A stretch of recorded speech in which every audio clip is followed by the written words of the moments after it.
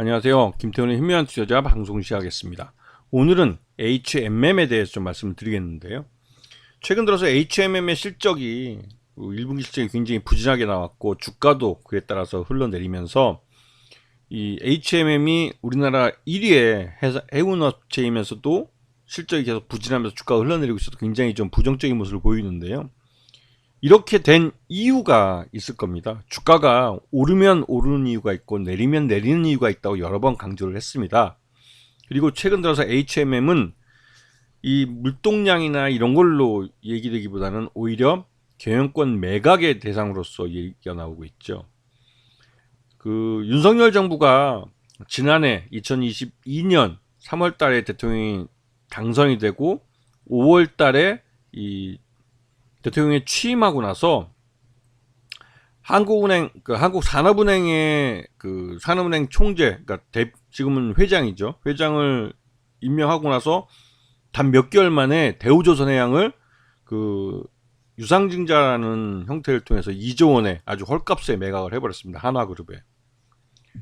그래서 이제 한화는 말 그대로 이제 횡재를 한 거죠. 횡재를 하고 대박이 난 건데, 이런 대박을 노리는 친구들이 좀 산업은행 주변을 많이 좀 배회하는 것 같습니다. 왜냐면 이 HMM을 인수하게 되면 단번에 우리나라 해운사 1위 업체를 갖게 되는 거예요. 그리고 아시다시피 뭐 우리나라는 북쪽으로는 북한에 막혀 있고 또 삼면이 바다이기 때문에 해운 물류가 굉장히 중요한 수출의 키가 되고 있습니다. 그래서 지난번에 한진해운이 파산했을 때 우리가 이제 수출 물건이 있어도 중국에서 출발하는 중국 배들이 우리 인천항이나 부산항에 들려서 우리 물건을 실어주지 않으면 수출을 못하는 상황이 발생하기도 했어요. 그래서 문재인 정부 내내 이 HMM이라는 우리나라 최대 국적 해운사를 다시 부활시키기 위해서 수많은 한 6조 원 정도 되는 공적 자금을 쏟아 부었죠. 그래서 이 HMM이 단기간에 그 대규모 흑자를 내면서 화려하게 부활하기도 했습니다. 그러면서 산업은행은 이 HMM에 투자했던 전환사채 이걸 일부 전환하면서 약 3조 원 정도 가치를 평가하는 주식을 확보하게 됐죠. 그걸로도 거의 뭐 산업은행은 그 공적 자금을 다 회수할 수도 있겠다라는 말까지 나오기도 했습니다. 그리고 현재 산업은행이 최대 주주로 있긴 있지만 뭐 나중에 뒤에 설명하겠지만 해운공사 이런 쪽에서 갖고 있는 지분, 정부가 갖고 있는 지분을 다 합치면 약 60% 정도 되는데요. 여기다가 경영권 프리미엄까지 얹히게 되면 이 HMM의 실제 매각 가격은 한 10조 원 정도가 나올 가능성이 크죠. 그러면 공적 자금을 다 회수하고도 플러스 알파를 남길 수 있습니다. 그런데 그렇게 제값받고 팔면 살 사람이 없죠. 이미 HMM에 대해서는 뭐 살만한 삼성그룹이나 SK나 또 그 4대 그룹, LG나 뭐 현대차 그룹도 그렇고 대부분 인수할 마음이 없다는 말을 공식적으로 하고 있습니다. 왜냐하면 10조 원씩이나 주고 살 이유가 없으니까요. 훨씬 싸게 살 수 있으니까. 그 싸게 사는 방법이 바로 주가를 떨어뜨리는 겁니다. 그 가장 좋은 이유는 지금 실적이 안 좋아요. 그러니까 적자는 아닌데 흑자를 내고 있지만 작년 1분기와 비교해서 그 실적이 많이 줄어든 걸 보실 수 있습니다. 보시게 되면 그 작년 1분기 때는 뭐 4조 8천억씩이나 되는 그 매출을 올렸지만 지금 1분기 때는 뭐 2조 원 정도밖에 안 되는 그 반토막이 나버린 거죠. 그리고 상하이 운임지수도 작년에 비해서는 상당히 하락한 상태입니다. 그렇기 때문에 수익성이 굉장히 그 줄어든 상태고, 그러다 보니 당연히 기업 가치도 그에 맞춰서 줄어들 수밖에 없는 거죠. 지금 HM의 실적 추이를 보시면 아시겠지만 올해가 작년에 한 반 정도로 반토막이 날 가능성이 큽니다. 그 영업이익은 작년에 뭐 3분의 1 토막이 나니까 기업 가치가 아주 급전직하로 줄어들 수밖에 없죠. 이런 타이밍이 이 HMM을 인수하기에는 가장 좋은 타이밍이기도 합니다. 자, HMM의 최대주주는 한국산업은행이지만 그 해양진흥공사나 신용보증기금까지 합쳐서 이게 정부 지분입니다. 다. 이 정부 지분이 그 60% 정도 되는데요. 그러니까 45% 거의 50% 정도 되는데 이 정부 지분이 이 매각 대상입니다. 그래서 이거를 그 시장에서 경영권 프리미엄까지 받아서 팔 것 같던데, 이거를 살려면 그 이전 그 회계연도 기준으로 봤을 때 한 10조 원 정도 돈이 들어갈 거라는 말이 나와서 쉽게 팔기는 어려운 매물이 됐죠.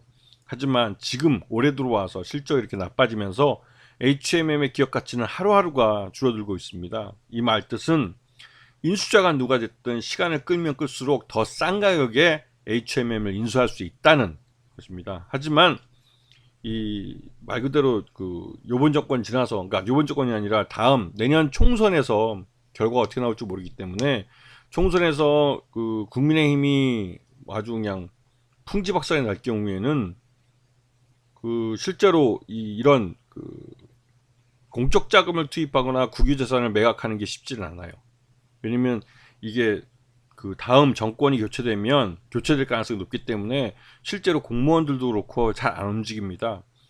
이 HMM을 매각하는 건 확실히 도장값을 챙길 수 있는, 즉 10조 원짜리를 5조에 매각하거나 그보다 더 싼 가격에 헐값에 매각하게 될 경우에는 분명히 그렇게 싸진 값만큼 누군가가 도장값을 챙길 수 있는 기회가 생깁니다.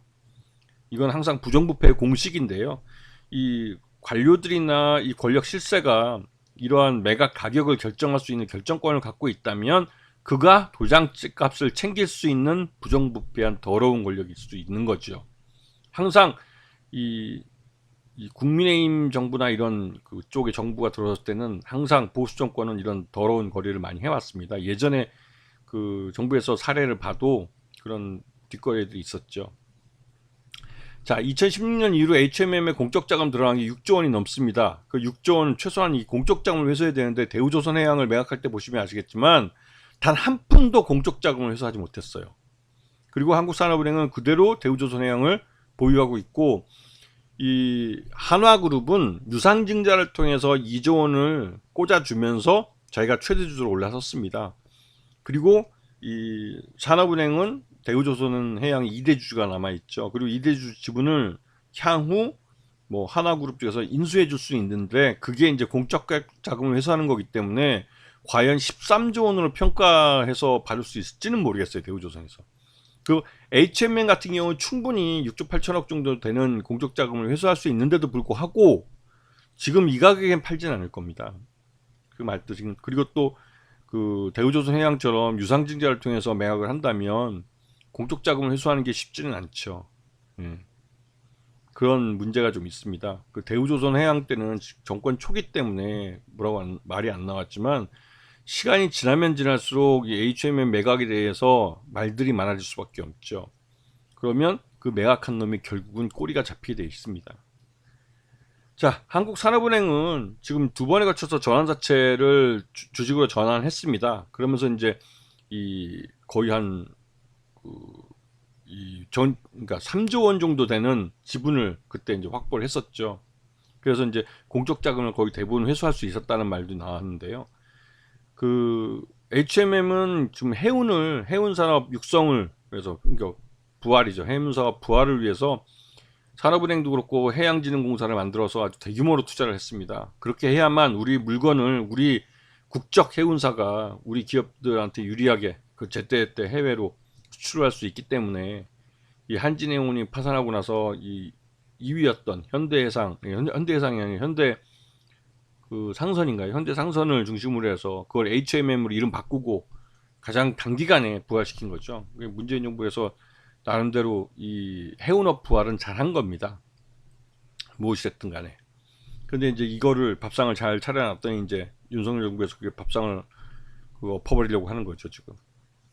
자, 그 딱 차트 보시면 아시겠지만 올해 들어와서 실적이 별로 안 좋습니다. 그리고 1분기 실적이 안 좋게 나온 게 확인이 됐고, 그에 따른 주가가 반영이 이루어질 가능성이 커요. 그래서 지금 1분기뿐만 아니라 2분기까지도 HMM은 주가가 흘러내릴 가능성이 큽니다. 이게 이제 코로나 이후 그 리오프닝이 됐을 때 막 그 물동량이 많이 늘어나고 했었는데, 이제는 그렇게 이제 물동량이 많이 늘어나기는 어려운 시기가 온 거죠. 그래서 이제 어느 정도 좀 그 공급망 문제도 이제 어느 정도 수습이 돼가고 하기 때문에, 이 해운업 쪽에서는 그 상하이 운임지수가 확 내려간 것처럼 어느 정도 이제 가격 조정이 좀 필요한 시기이기도 합니다. 그래서 HMM도 그런 반영을 하고 있는 모습이기도 하고, 또 다른 한편으로 이렇게 실적이 나빠지는 이유가 있을 거예요. 왜냐면 이 한국산업은행이 그 해운공사 쪽에다가 경영권을 넘겼지만 그만큼 아직도 HMM에 대한 경영에 영향력을 행사하고 있습니다. 그리고 산업은행 수장은 뭐 윤석열 정부의 오른팔이란 말, 그러니까 이 예전 박근혜 정부 때 경제수석인가 했던 사람이니까 뭐 그전 국민의힘 쪽하고 또 이 모피아 쪽이나 이런 쪽하고 연결돼 있는, 그러니까 예전처럼 이제 이 공기업을 민영화해본 경험이 있는 쪽이 이제 담당하고 있기 때문에 이쪽도 국내 재벌들과 어느 정도 커넥션을 생각해 봐야겠죠. 근데 하여튼 그런 것들을 생각해 주면서 HMM을 보셔야 되기 때문에 HMM을 예전처럼 주가가 뭐 급등하던 그런 회사로 생각하시면 안 됩니다. 오히려 지금은 주가가 싸면 쌀수록 매각할 수 있는 가능성이 높아지고 인수하는 쪽에 유리하기 때문에 지금은 오히려 호재보다는 악재가 더 많이 나올 가능성이 크죠. 그래서 HMM은 한동안 완전히 잊어버리는 게 좋습니다. 이게 이제 그 뭐 하다못해 이제 상하이 운임지수가 좀 회복된다라는 말이 들릴 때까지 아예 잊어버리시는 게 나아요. 안 그러면 HMM은 이 매각권 때문에도 주가가 오르기에는 좀 어려운 측면이 있습니다.